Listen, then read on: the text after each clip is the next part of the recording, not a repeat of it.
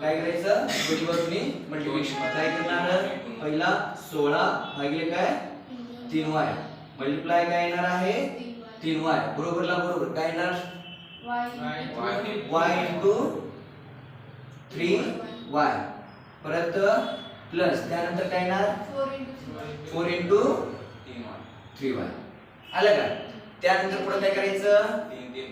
हे दोन्ही कॅन्सल मग पुढे काय करायचं 16 बरोबरला बरोबर पुढे किती होतोय 3y चा काय ना स्क्वेअर आलं ना पुढे काय करायचं प्लस काय 12 y झालं आता पुढे काय करणार सांगा बरोबर कुणीकडे पाठवणार सगळे पलीकडे पाठवणार काय येणार आहे 3y चा स्क्वेअर झालं त्यानंतर प्लस 12y त्यानंतर मायनस 16 इज इक्वल टू 0 आता a ची किंमत किती येते किती 3 त्यानंतर b